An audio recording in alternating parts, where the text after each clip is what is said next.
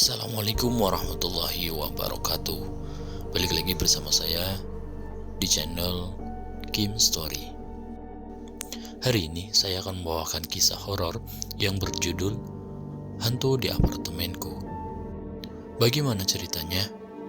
Langsung kita masuk saja ke kisahnya. Penghuni apartemen.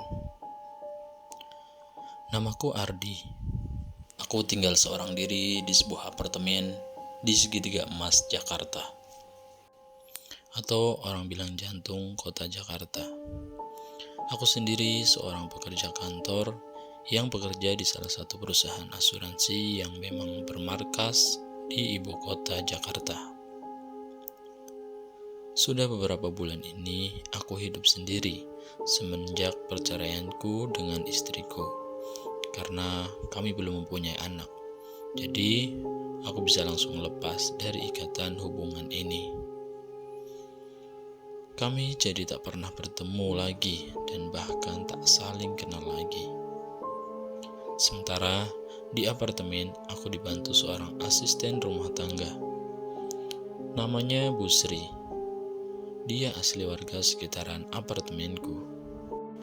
Karena apartemenku ini berbatasan langsung dengan pemukiman padat penduduk khas Jakarta.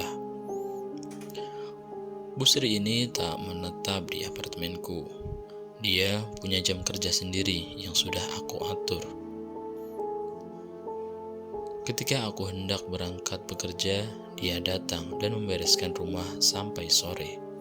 Sedangkan jika aku pulang dari kantor sekitar selesai maghrib atau bisa lebih malam lagi, dan sesampainya di apartemen, semuanya sudah beres dan bersih berkat kerja dari Bu Sri.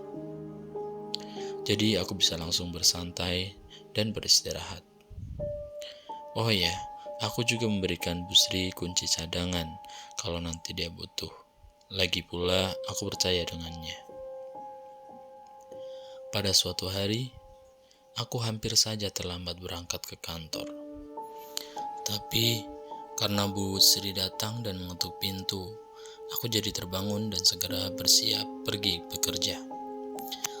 Sedangkan Bu Sri melakukan yang biasanya ia lakukan setiap pagi. Setiap pagi hari, aku menyempatkan diri untuk sarapan di penjual bubur ayam depan apartemenku.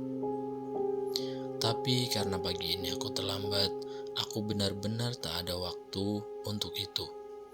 Bisa sampai kantor tepat waktu pun sudah bersyukur. Singkat cerita, aku sampai di kantor dengan mobil sederhanaku. Bekerja seperti biasa, bertemu banyak teman dan lainnya yang biasanya dilakukan pegawai pada umumnya.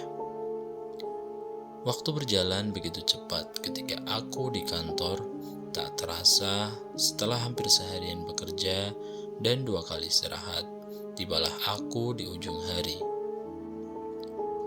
Sekitar pukul 6 sore, aku keluar kantor menuju mobilku dan mulai mengemudi untuk jalan pulang. Sebenarnya, pulang di waktu maghrib seperti ini adalah hal yang aku benci, karena jalanan selalu macet di jam-jam ini. Padahal kalau tidak macet, perjalanannya tak memakan waktu lebih dari 15 menit. Karena macet, perjalananku yang sebenarnya dekat, ini memakan waktu 40 menit. Aku sampai dan memarkirkan mobilku di basement. Kemudian berjalan ke lift untuk naik ke lantai 9 di mana kamarku berada. Aku sendiri di dalam lift, dan sampai di lorong pun aku tetap sendiri. Lorong begitu sepi dan hening, hanya ada aku dan suara langkah kakiku, ditambah suara kunci yang berputar di lubang pintu. Aku segera masuk dan langsung mengambil segelas air di dapur kemudian meminumnya. Namun ada yang janggal pada saat maghrib itu. Aku lihat Bu Sri belum pulang dan sedang menyetrika di salah satu kamar kosong di apartemenku. Karena pintunya dibuka, aku jadi bisa melihatnya. Aku pun mendekat dan bermaksud menyapanya. Waktu itu, Bu Sri posisinya membelakangiku. Kepalanya menunduk sambil fokus menyetrika bajuku. "Kan bisa besok pagi, Bu. Ibu pulang aja," kataku pada Bu Sri. "Enggak, Mas. Sekarang aja deh. Lagi malas pulang cepet," kata Bu Sri. Aku berpikir mungkin Bu Sri sedang ada masalah dengan anak-anaknya di rumah. Jadi aku membiarkannya dan tak menaruh rasa curiga apapun. "Ya udah, Bu, saya bikinin teh ya," ucapku dengan maksud baik. Aku segera berjalan menuju dapur untuk membuat segelas teh manis. Cangkir sudah ada dan teh pun sudah tersedia. Jadi aku tinggal buatkan saja untuk dia. Kasihan, dia bekerja seharian. Mungkin sekali-kali aku juga harus melakukan sesuatu yang baik untuknya. Di saat aku sedang membuat teh, ada sesuatu yang membuatku tersentak, membuat jantungku berdegup kencang. Aku kaget bukan main ketika mendapat sebuah pesan dari Bu Sri di ponselku. Dalam pesan chat tersebut, Bu Sri berkata, "Mas Hanif, maaf Mas, saya pulang siang ya. Mohon maaf Mas, hari ini saya nggak bisa lama-lama." Begitu ucapnya dalam pesan. Jadi, Bu Sri sudah pulang sejak siang hari tadi. Lalu, siapa yang sedang menyetrika di kamar kosong itu?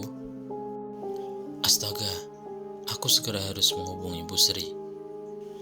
Aku berjalan ke balkon dan menelponnya saat itu juga. Untungnya responnya cepat. Bu Sri langsung menjawab teleponku. "Bu, kenapa Bu?" tanyaku dengan nada ketakutan. "Mas, maaf, saya sudah pulang lebih awal tadi.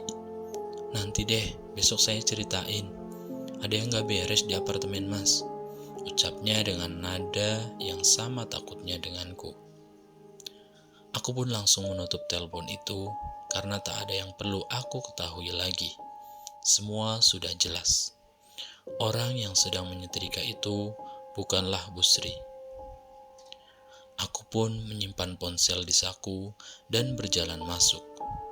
Dengan memberanikan diri, aku berjalan menuju kamar kosong itu. Aku ingin memastikan siapa yang ada di sana. Firasatku tidak enak, sangat buruk, campur aduk. Saat sampai di depan pintu kamar kos, sosok itu masih di sana. Persis menyerupai Bu Sri dari belakang. Aku juga lupa belum lihat wajahnya. Dari depan pintu, aku perhatikan sosok itu. Sosok yang masih saja menyetrika baju yang sama. "Maaf, kamu siapa? Bu Sri sudah pulang, kok bisa di sini? Saya bisa panggil security loh," ucapku dengan maksud mengancam. Yang membuatku semakin takut adalah ketika sosok itu tertawa cekikikan sebelum menjawab. "Loh, memang kamu belum sadar juga?" tanya sosok itu sambil terus menyetrika. "Aku ini siapa?" tanya sosok itu. Aku ketakutan setengah mati. Badanku bergetar hebat. Ingin rasanya aku lari. Tapi entah kenapa mataku rasanya ingin melihat sosok itu. Kemudian sosok itu menoleh dan berdiri menghadapku, memperlihatkan wajahnya yang rata, tanpa mata, tanpa hidung, dan juga tanpa mulut, benar-benar rata. Aku pun segera lari sambil berteriak saking takutnya. Aku tinggalkan apartemenku. Langsung aku lari ke lift untuk turun ke lantai bawah. Selama di lift, tak henti-hentinya aku berdoa dan beristighfar. Astaga, sosok apa yang baru saja aku lihat? Makhluk halus. Kenapa ada di apartemenku? Dan gara-gara kejadian itu, aku tak tidur lagi di apartemen malam itu. Aku terpaksa tidur di rumah orang tuaku yang berada di Bekasi, yang lumayan jauh jaraknya. Keesokan harinya, aku berangkat kerja seperti biasa. Bu Sri kusuruh untuk tidak datang ke apartemenku karena aku sedang tidak ada di sana. Setelah pulang kerja, aku berkunjung ke rumah Bu Sri. Aku ceritakan apa yang aku alami kemarin. Dan ternyata Bu Sri pun mengalami hal yang sama. Itulah alasan kenapa Bu Sri pulang lebih cepat.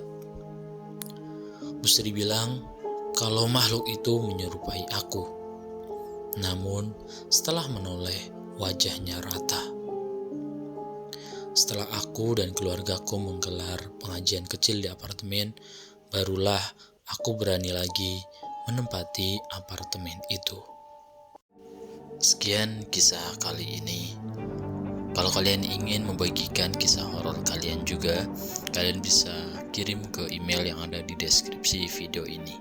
Jangan lupa untuk like, komen, dan juga subscribe channel ini. Terima kasih. Wassalamualaikum warahmatullahi wabarakatuh.